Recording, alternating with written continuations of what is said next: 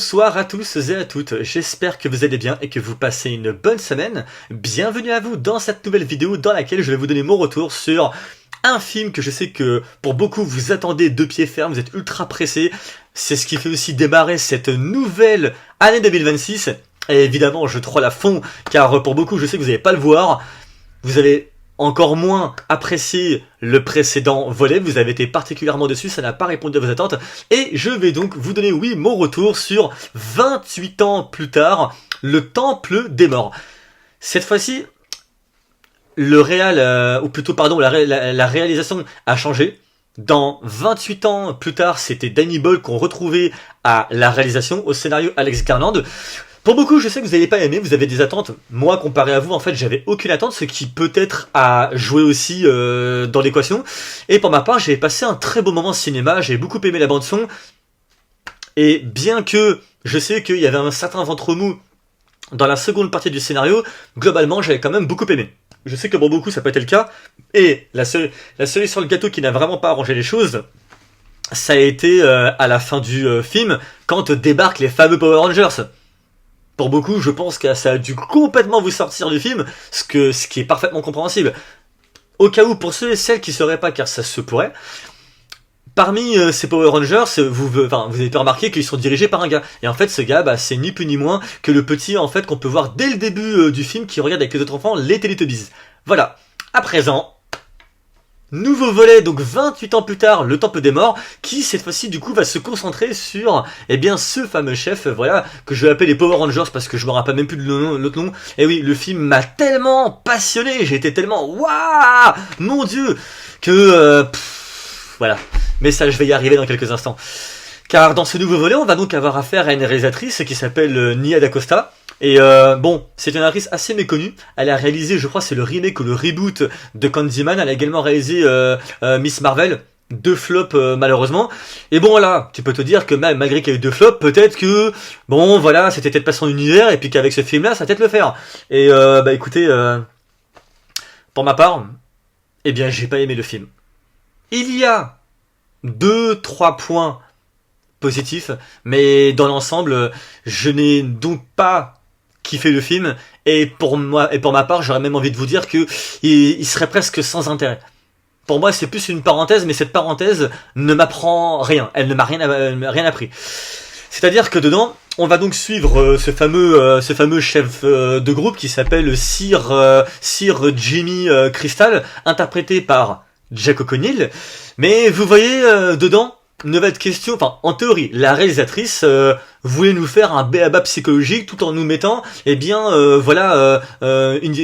histoire de croyance. Parce que dedans il va être question de Dieu, de Satan. Ok, d'accord, tu veux jouer avec ces codes-là, bah écoute, vas-y, moi je suis curieux de voir comment tu vas exécuter ça.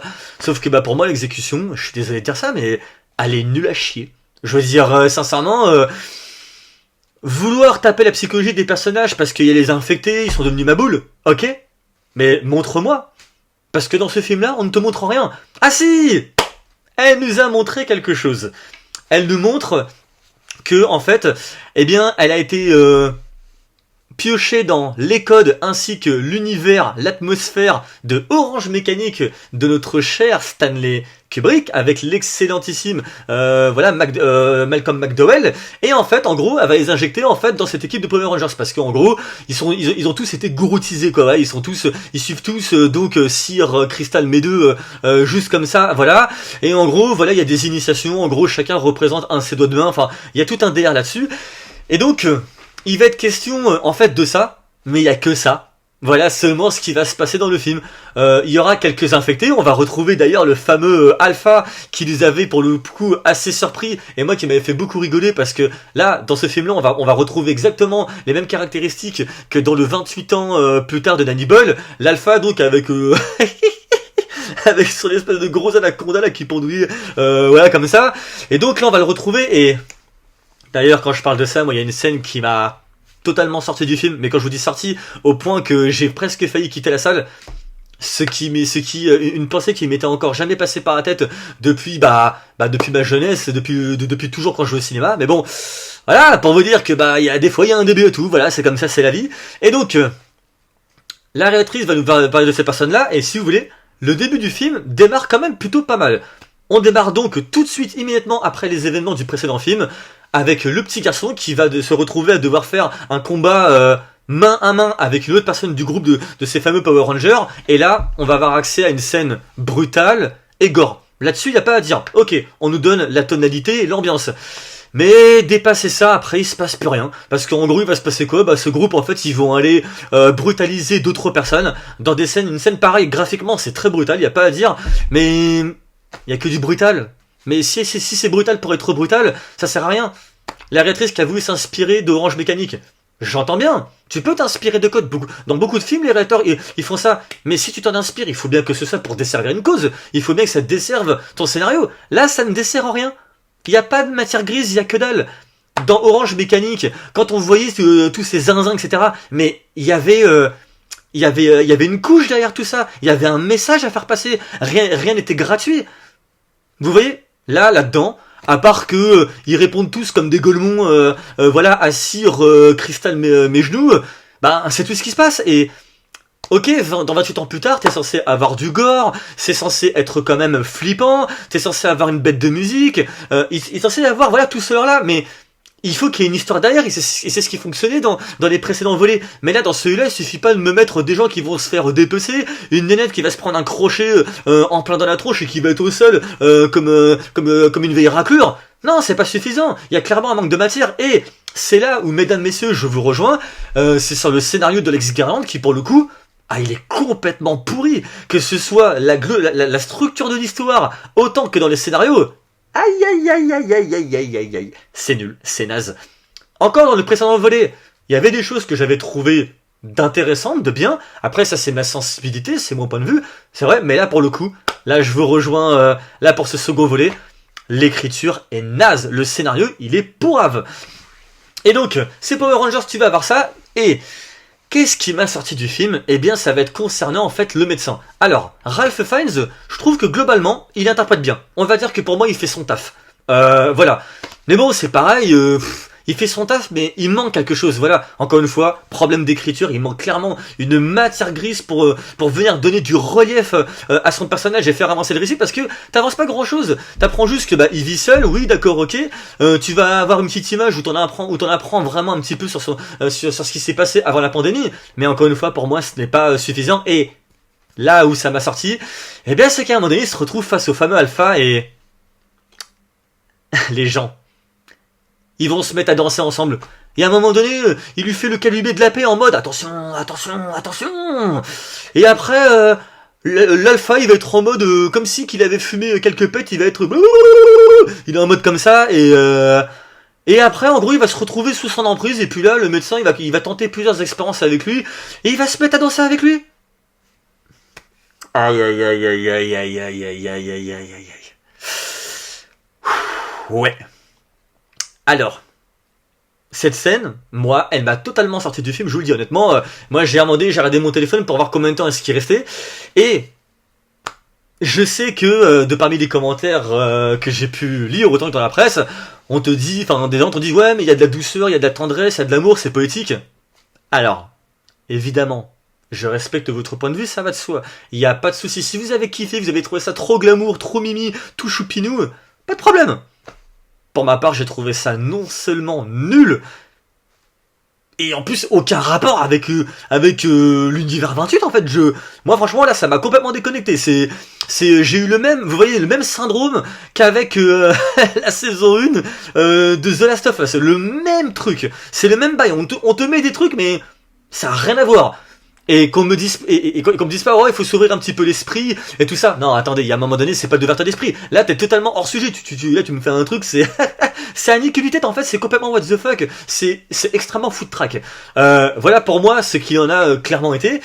Et ouais, donc ouais, cette scène, voilà, elle m'a littéralement sorti. Et pareil, la scène finale, que la presse a monté comme quoi qu'apparemment c'est un ovni cinématographique. Oh, mon dieu, ouais, ça découline de philosophie harmoniale et tout, vous allez en prendre plein les yeux. Oui, c'est quand tu vois Ralph Fiennes en train de danser. Alors, le positif de cette scène, c'est la musique, la bande son, d'ailleurs que j'ai profité pour enregistrer, car oui, au passage, J'étais tout seul dans la salle à ce moment-là, c'était un des rares points positifs d'ailleurs pour le coup. Et donc tu vois Ralph Fiennes, il fait la danse des morts, il fait un truc tout chelou, machin, etc. Ouais, bon, d'accord, ok, moi personnellement, j'ai pas du tout accroché au délire. Encore une fois, pour moi, c'est du n'importe quoi total. Enfin voilà. Et pareil, un truc aussi qui m'a sorti du film, c'est que à la fin, donc le gourou teaser en question, il va se faire crucifier. Car oui, encore une fois, je sais plus si je l'ai dit tellement que tellement que le film m'a marqué, mais en gros, il va se faire crucifier puisqu'il est question de parler de Dieu, de Satan, et donc il se fait crucifier.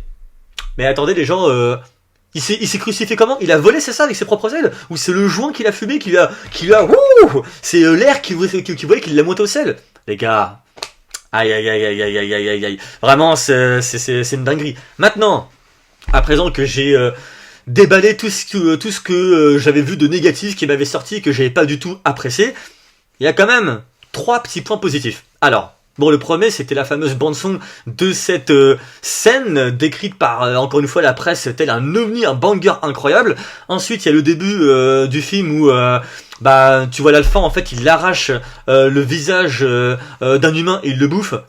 Là, pour moi, on est clairement dans l'univers 28. C'est crade, c'est brutal, c'est gore. Et en plus, t'es en pleine nature. Ça c'est du cinéma et en plus ça répond à l'atmosphère du film. Et quant au troisième point, oh bah tiens, c'est bizarre, mais c'est que qui c'est qu'on voit réapparaître? Eh bien, c'est Cillian Murphy. Et ouais. Et là, tiens, bizarrement, j'ai l'impression qu'on a complètement changé de film. J'ai l'impression d'avoir vu 1h50 de film qui n'a servi à rien, qui est total de vide d'écriture, où les personnages n'ont aucune matière, il y a aucune épaisseur, il y a pas de relief, il y a rien du tout. C'est juste de la boucherie pour faire de la boucherie et puis saupoudrer tout ça en fait, de croyances, de spiritualisme, etc., etc. Et là, par contre, Cillian Murphy qui apparaît. Ah d'un coup, et pourtant cette scène est d'une simplicité incroyable. Le cadre est bon, ça bouge pas trop, il parle. Et quand il parle, c'est pareil, il va donner que quelques zones de dialogue, mais là, le charisme est là, et tu te retrouves de nouveau dans l'univers. En tout cas, moi, c'est ce qui m'est arrivé. C'est fou, hein, quand même. Hein. Comme quoi que pour dire que je ne reproche rien à la réalisatrice, attendez, excusez-moi parce que j'ai plus de batterie. Ça, c'est pas la première fois que ça m'arrive. Mais pour vous dire que voilà, la réalisatrice, j'ai rien contre elle. Bon, elle a fait son travail. Mine de rien, des gens ont travaillé dessus. Et bon, forcément, faut le respecter. Voilà, même si on n'a pas aimé. Mais pour moi, elle maîtrise pas l'univers. Elle a essayé d'apporter sa vision, mais pour moi, il manque quelque chose. Voilà, tu t'empruntes des cotes, t'essaies de faire ci, t'essaies de faire ça. Ouais, non, ça le fait pas. Voilà. Et là, bizarrement, quand tu remets Cillian Murphy et tout ça, eh bien oui, là, ça fonctionne. Et pour couronner le tout sur le tout, on voit sa fille qui, je crois, qui n'avait pas dans 28 jours plus tard. Et pour finaliser le film, on va retrouver la musique de John Murphy qui apparaît au tout début de 28 semaines plus tard. C'est dingue hein, quand même qu'à partir de ce moment-là ça fonctionne. Ah là là là là là là. Donc à présent, est-ce que je vous conseille le film? Pour ma part, allez le voir si vous voulez, car je ne peux évidemment pas vous empêcher quoi que ce soit. Vous devez faire votre propre avis, mais c'est vrai que moi je vous dirais non. Vous ne ratez mais absolument rien. Si à part c'est peut-être quelques scènes où vous auriez envie de vous rincer l'œil, voilà, c'est du gorge-bouton, tout ce qui va avec, mais c'est tout. À présent, c'est la fin de cette vidéo. Sur ces belles paroles, on se retrouve pour une prochaine du coup, et je vous souhaite à tous et à toutes bonne soirée. Portez-vous bien. Ciao.